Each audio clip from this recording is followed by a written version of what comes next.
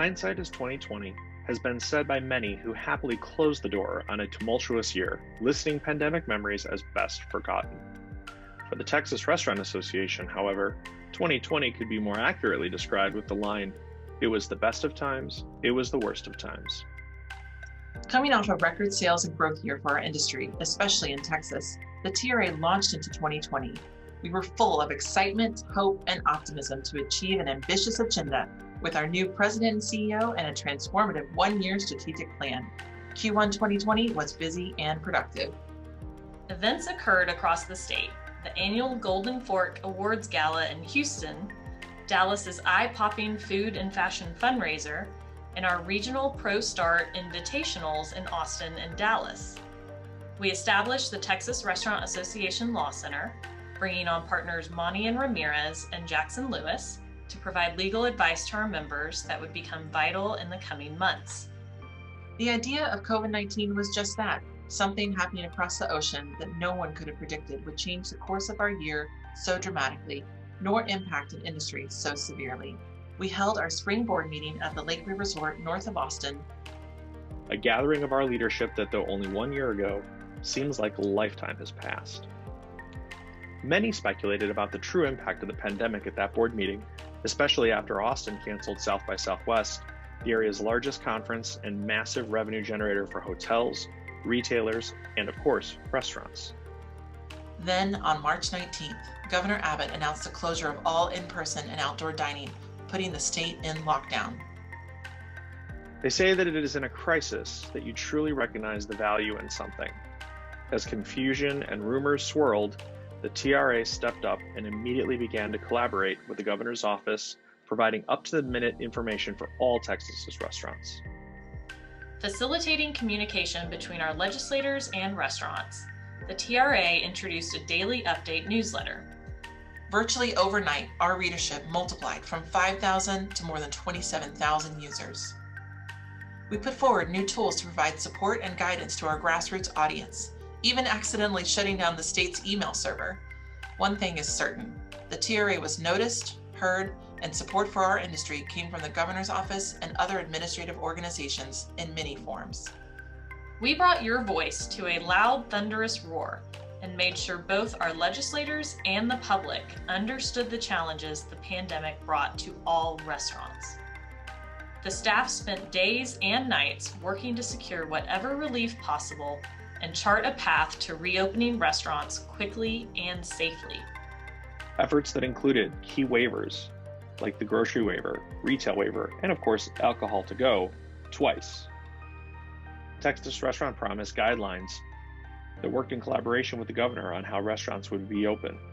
We launched one of only 2 relief funds that support restaurants directly with the Texas Restaurant Relief Fund.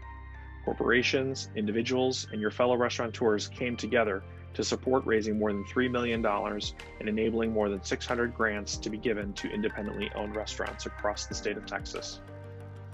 And, as has always been the case with our community, we stepped up and restaurants responded with comfort food care packages, food distribution, and even provided support after a few hurricanes brushed our shores. We brought the industry experts to provide support on pivoting your restaurant's business models with webinars across a variety of topics, and by August, every TRA webinar file was ready for the virtual marketplace event, the first of its kind. We worked across all layers of government, from local municipalities with initiatives like Save the Riverwalk, and even just ensuring that your local officials understood the reopening rules. At the federal level, we collaborated to ensure that the PPP Flexibility Act was passed, and then went toe-to-toe with the Secretary of the Treasury on PPP deductibility, making sure that it was included in the most recent round of relief. Throughout this time, the image of the TRA has been front and center, our collaboration with the governor's office and reopening strike force unparalleled, and resources for members and non-members extensive. We left our doors open to the entire industry throughout 2020. The battle is not yet over. We will continue to fight for the recovery of our industry and ensure Texas's restaurants have the support they require.